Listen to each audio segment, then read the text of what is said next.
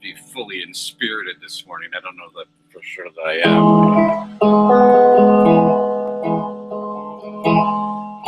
Like you, I'm recovering from Christmas. Many people, I'm recovering from Christmas. Recovering from an exceptionally long holiday weekend. Every holiday is all about turning whatever event it is, turning it into a long weekend, and this is a particularly good long weekend.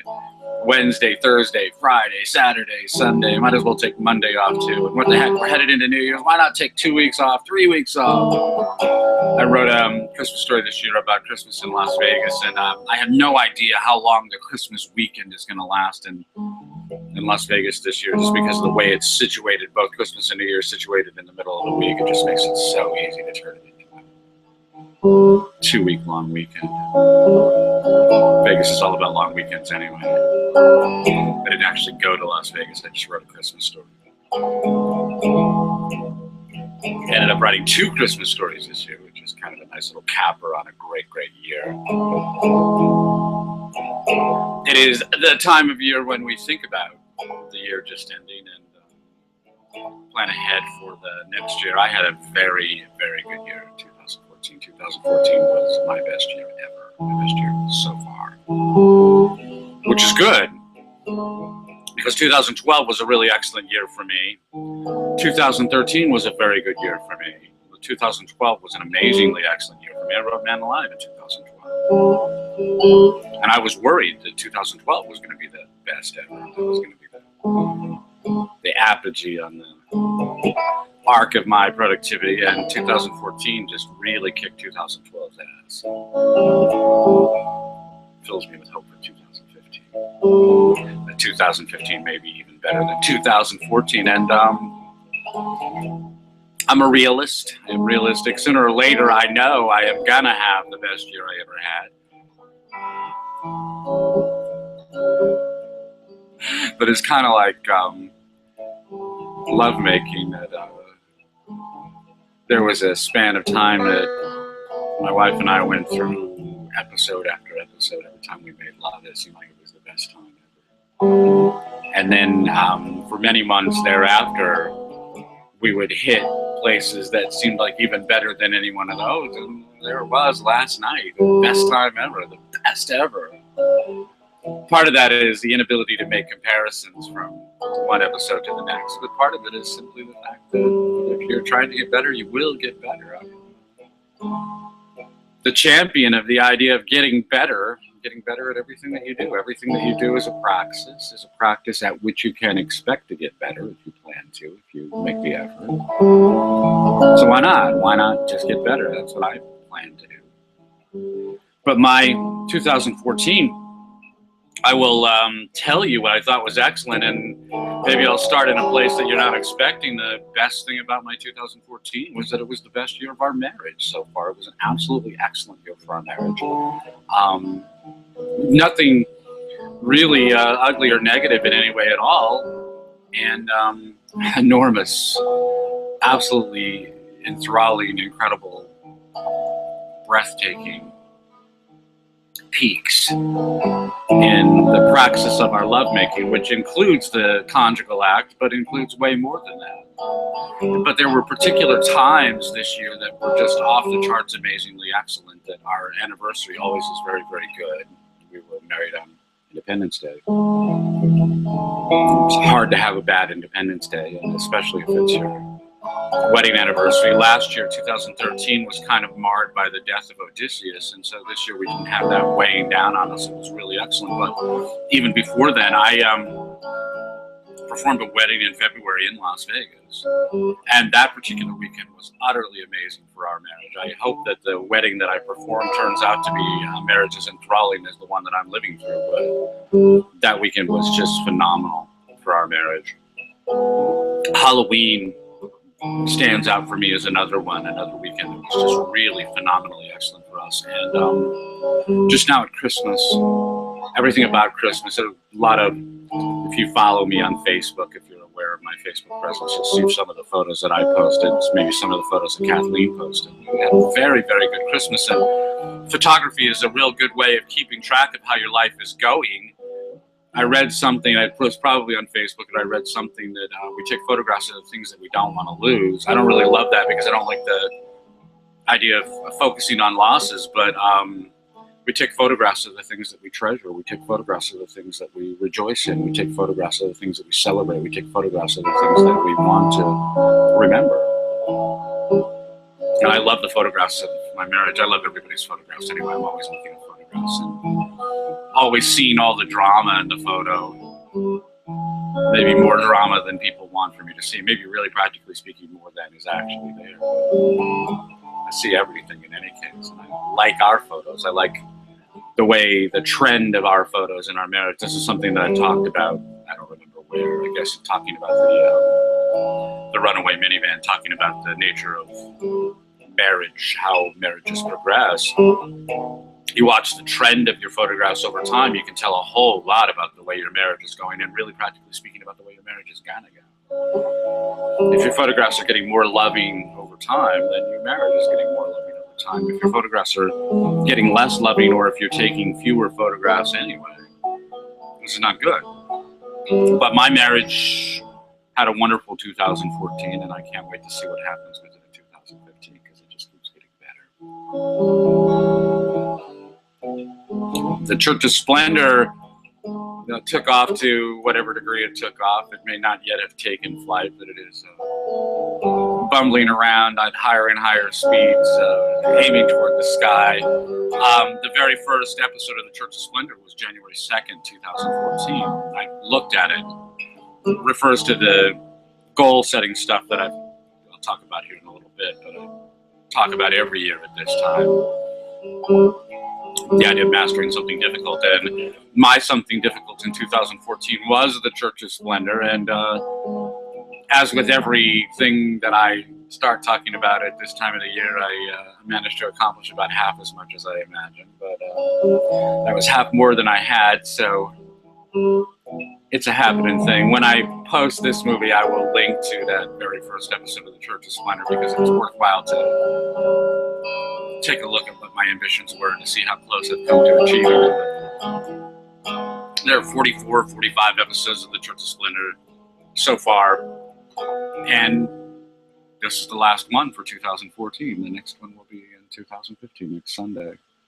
It's been a very good year for the church, and a very good year for me in terms of exploring ideas that are important to me in a way that's different from essay or book form. The Church of Splendor was hugely useful in terms of the books that I published this year, and I had a very good year publishing books. We wrote Father's Day, 9 Empathies, Shiley's Delight, brand new books this year. I also published Loving Kathleen, which is a collection of things that I had written in the past, and so I guess it doesn't qualify as it's a new book, but it doesn't qualify as new material. But that's 4 books this year. It was 2 books last year, 2 books of Willie stories last year.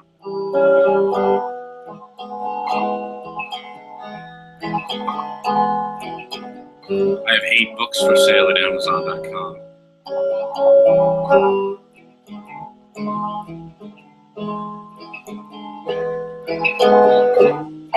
And I don't know what's next in the way of books for me. It's undoubtedly something growing out of the idea of the affection display, but I don't know how that's going to work out. I really don't know where that's going to go, and I won't know until I'm done, until I'm all done except for the writing.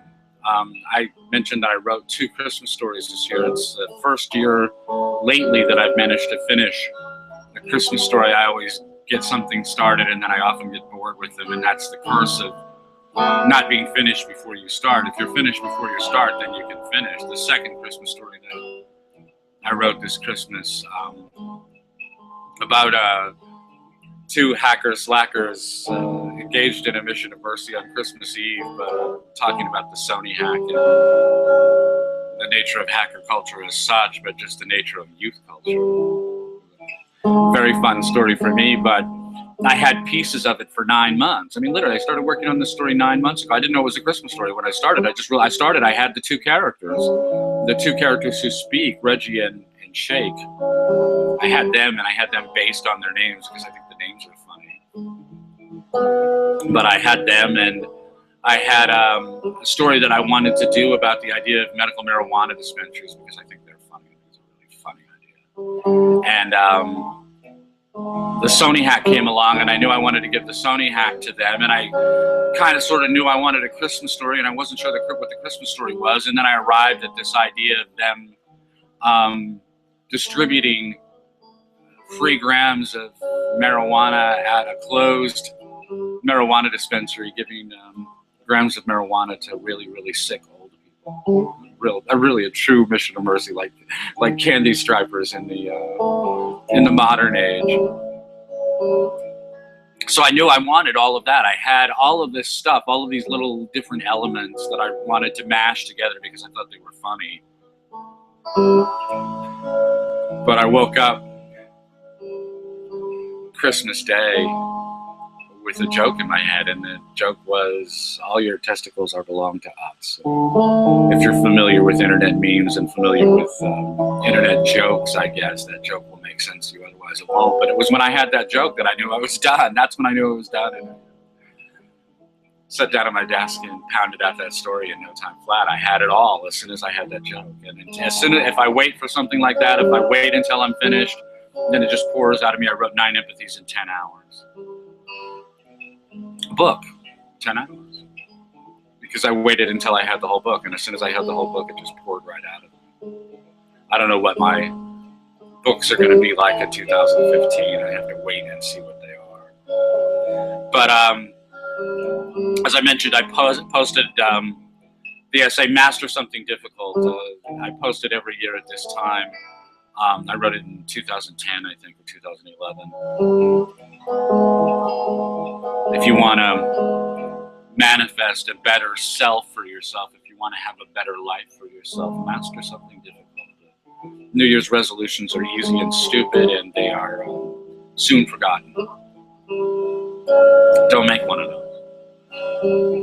If you want to do something with your 2015, do something that really matters to you. Do something that will make a big difference to you when you're done. And then set that course of action and put yourself on it and apply yourself every day. And I mean every day, no breaks, no weekends, no holidays, every day.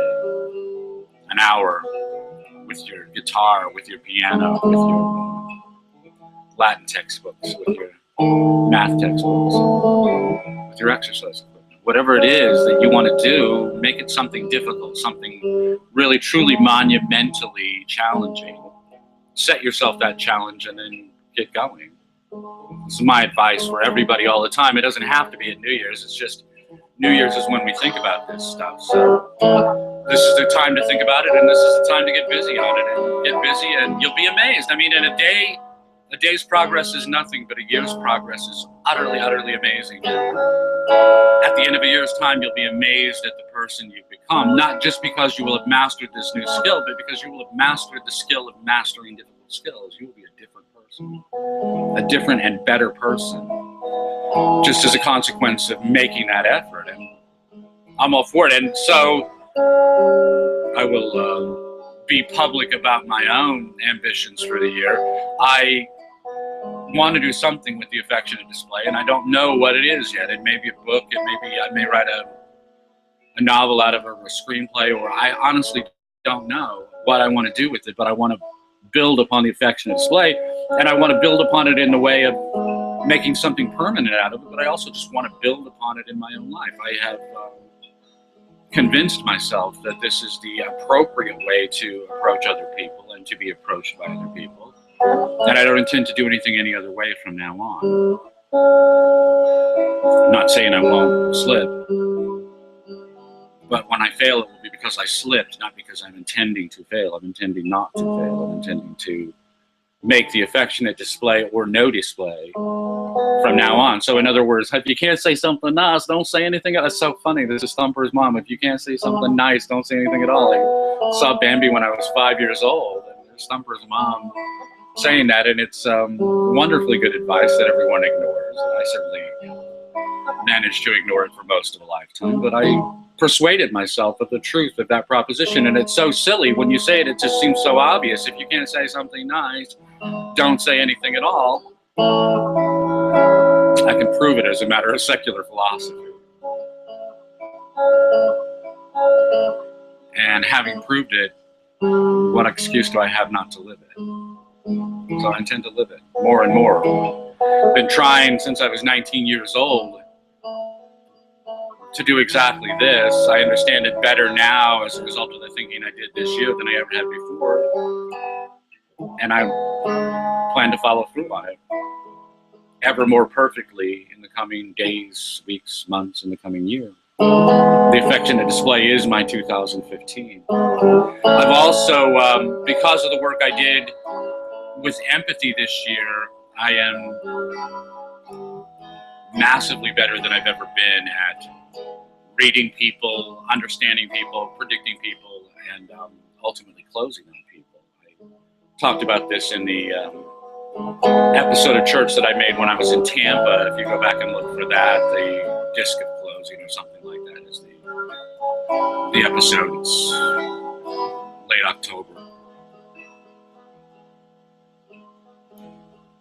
But I know a whole lot more about closing than I ever did before, and I am setting myself the task in 2015 of closing as much as I can. I intend to close as much as I can, and I mean as many times a day as I can. Not closing every now and then, not closing once a week, not closing once a month. I want to close all the time. I want to close transactions, but I want to close on everything. I want to close on all my values that I pursue with other people all the time. And I want to work at getting better and better at my closing praxis. The thing that I work at that I get better at is my practice. My closing praxis is something I want to perfect this year. I want to become a much better closer. I like the deal maker role. I like the broker's role, the man who makes the deal happen, and I want to make more and more deals happen this year. So that's one of my big goals for 2015 is to become a killer closer.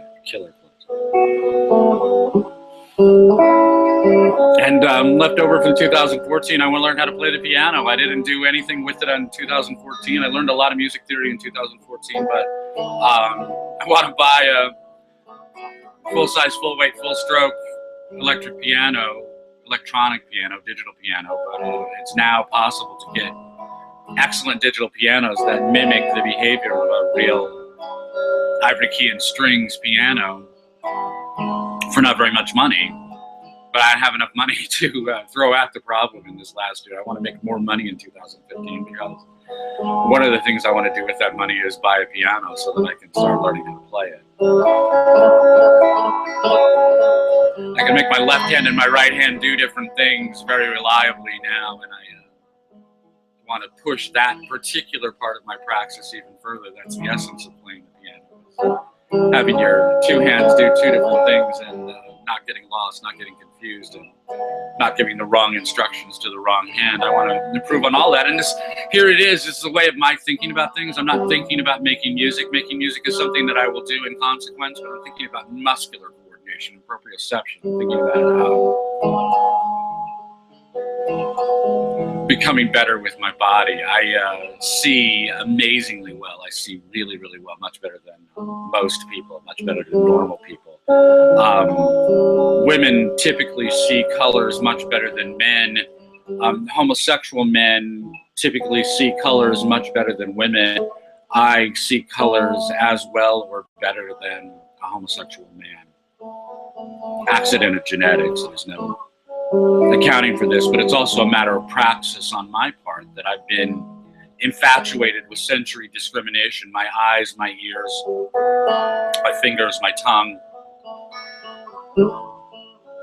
Since I was a little boy, I've been fascinated by it, and so making finer and finer sensory discriminations has always been a part of my praxis. Has always been massively important to me. And so I have color perception like normal people never have it. I'm an extreme outlier in the art of perceiving colors, distinguishing colors, telling one color from another.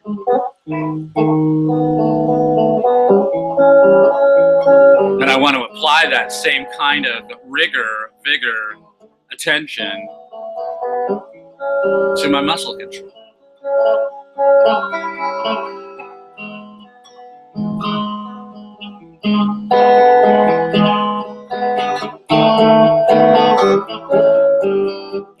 So that's going to be a part of my 2015 too. All of this comes back to the nature of sovereignty to me. All of this is about the way that human beings are made, our nature as organisms, our nature as things. All of the stupid things that people say about determinism are completely ridiculous as soon as you start to think about something as simple as me playing this little blues where I'm controlling where my right hand goes at the same time that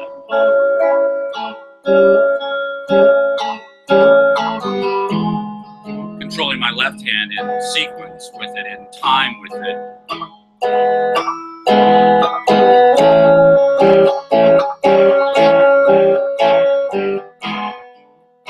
This is an aspect, a manifestation of human sovereignty. It's in the nature of the way human beings work. And human beings work this way regardless of what anybody says about it. And human beings work this way regardless of how much you want them to work some other way. And this is just the way that people work. People work from the inside out. And so everything in your personal philosophy that depends on other people being controlled from the inside out, or you're being able to control other people from the inside out, or you're being controlled by other people from, the outside, all of that externalization, and you'll find it in philosophy over and over again if you look for it, this insane belief that somehow or another with this magic formula or that sacred ceremonial amulet I can control other people's behavior, or I will have been controlled by them. All of this is foolish. It does not exist. It does not exist. It is not in the nature of human beings, and there is nothing that can cause it to be in the nature of human beings, and there's nothing that you can do in the way of incantations or amulets that will change any of that. People are controlled from the inside out and in no other way. All organisms are controlled from the inside out, but people are controlled by free will. They do what they choose to do. And there's nothing that you can do to cause them to exist in any other way. There's no threat that you can issue. There's no pain that you can inflict. There's nothing that you can do to cause other people to be controlled from the outside. You should stop trying. You should stop trying. It's foolish. The two cops that were killed a week ago Saturday in New York, how could that happen? We gotta have a law. We got a law. We got all these laws. How can we have all these laws and yet have something like this happen? Because human beings are sovereign. That's why. And in this case, you could say, oh, the man was, black Muslim fanatic, black nationalist fanatic. He was caught up in a frenzy of all of this anti-cop protest. He was simply crazy. It really does not matter because he's controlled from the inside out. And there were no end of threats on the books, no end of laws on the books to be arrested in the possession of a handgun in the state of New York is 1 year, automatic 1 year in jail. Why didn't that stop him? We erected all these barriers. We had all of these laws. We had all of these moral prescriptions. We had all of these protections that should have made it impossible for this to happen. How could it have happened? It happened because this is the nature of human sovereignty. And there's nothing you can do to change that from the outside. All you can do is teach better moral philosophy so that people do a better job of controlling themselves from the inside. And to the extent that you're safe from your neighbors, to the extent that you're safe out in the world from other people, you're safe because of their moral philosophy, not because of your idiot laws or your idiot moral proscriptions or your idiot mystical beliefs in the sacredness of the law or the sacredness of Jesus or the sacredness of anything in the sacredness of the sacred ceremonial amulet. None of it protects your life. What protects your life is first your own self-control by not getting yourself into trouble. And second, it's the self-control of your neighbors, over which you have no control.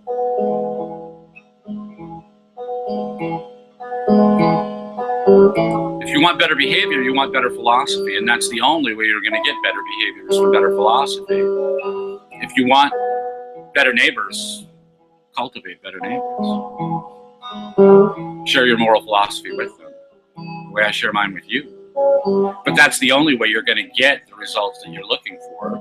And so that would be my big advice for you in 2015 is get rid of the idea that you have some control over other people or that they have some control over you. Neither of these is true. Neither of these can be true. And therefore, logically, you embrace the anarchism that is in fact the only form of control there is among human beings. That anarchism is all the government there is. My self-control and your self-control is all the control there is. And number one, throw away the idea that there's some alternative and accordingly embrace the facts the way they are. And if you do, your life will get better simply because you will stop looking for magical results. You'll stop being disappointed in not achieving your magical results, but at the same time, you will take account of yourself and the nature of the real world as they truly exist, and by responding accordingly, your life will be better simply because you will be acting in accordance with the facts. You will be acting in ontological consonance with the facts of human teleology. If you want to be free, what's stopping you? You're free to do whatever you want, whenever you want to. You're free to have whatever you can attain by your own efforts. You're definitely free to have the kind of marriage that I have.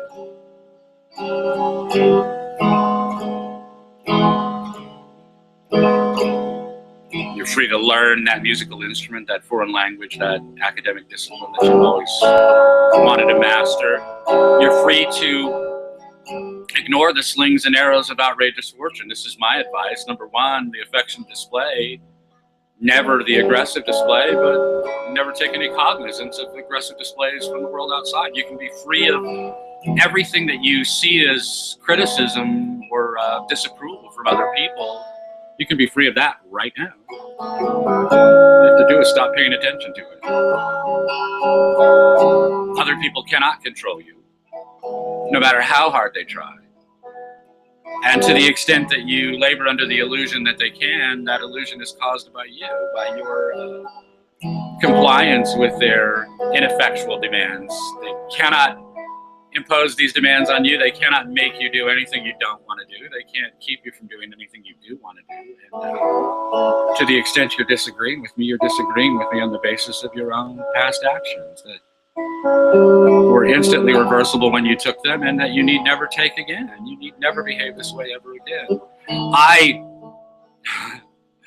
don't know how to react sometimes to people, and I don't worry about it because I just do what I want to do, and I get the impression, often get the impression that people really don't like it, that I'm going to do what I'm going to do. And my attitude is, dang, I'm going to do what I'm going to do anyway. I'm going to live my life my way. I'm going to be alive for a certain span of time. I don't know how long. I've already bucked the odds of my genetics, and I've done pretty well for men. Men die young. I could live to be 150. I could live forever. But I'm going to live my way every day so that even if I die tomorrow, I won't have anything to regret. Because I always lived according to my own choices. I always lived according to my own values. I did exactly what I wanted. Nothing that I didn't want to do. I never let anybody ever have even one moment of my life. It's all been mine all along. I want yours to be that way too. If you want to be free, what's stopping you? And in any case, butthurt is not contagious. I started saying that right at Halloween because it's something I went through. Stupid, it doesn't mean anything. Bug bite. Bug bites are temporary, and if you make them something more than temporary, that's your fault. It's your choice. There's no need for that because it's just a bug bite. That's all it is. At the time that this happened, I realized, this is what's happening here is somebody attempting to inflict his butthurt on me. This is somebody who's really got his nose out of joint and regards it as being in some way dispositive on my life. Well, no, it's not. I don't care. I do not care. It's your problem.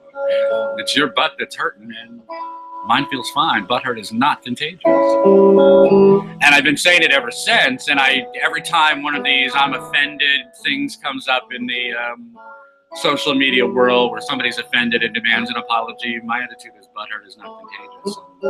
Every time somebody discovers that some identity group that they belong to has been shown disrespect, been disrespected, I love that word, disrespected, to make disrespect a verb, has been shown some kind of disrespect, then everybody who's allegedly a member of that identity group is supposed to be butthurt in chorus, in a chorale of butthurt. Butthurt is not contagious. And so I've been saying it now for months. It's become part of my thinking every day. This is a way of maintaining that affectionate display attitude, is the recognition that butthurt is not contagious. But I realized yesterday that that's the fourth rule of the Church of Splendor. That so far there have been 3 rules of the Church of Splendor, and I have added them one at a time, and I've been very careful to add them slowly because I only want to make rules that I think are universally important to me. I think that they're universally important to everybody, and I think you should adopt the rules of the Church of Splendor as a way of managing your own internal resources, but that's your business. I don't tell you what to do. I don't tell anybody what to do.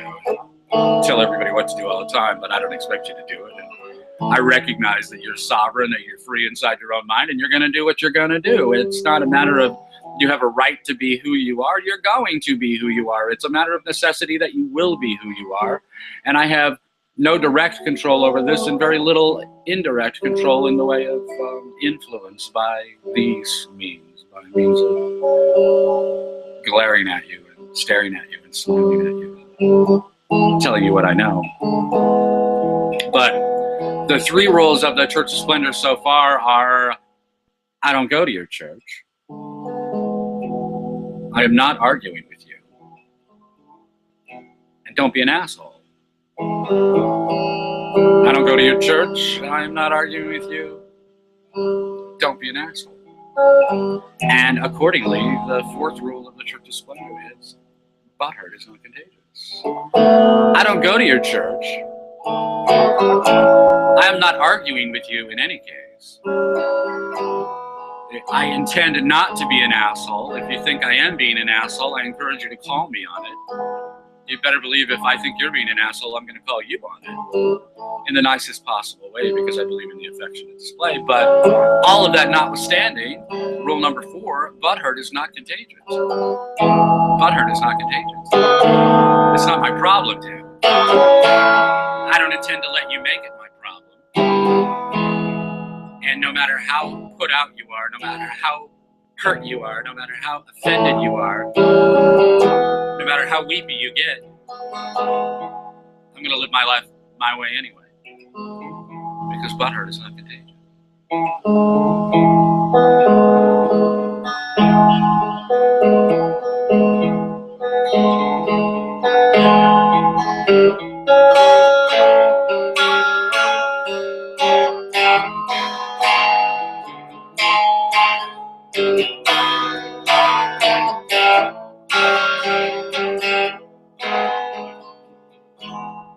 I like to play the guitar really, really loud. I like to play quietly with a loud amplifier, but I also like to play very loudly with a loud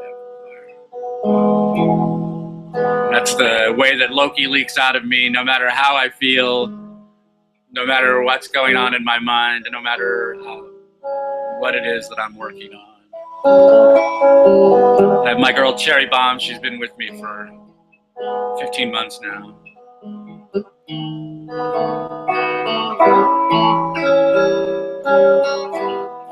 I need to say something loud and I don't know what to say. I can say it loud right here.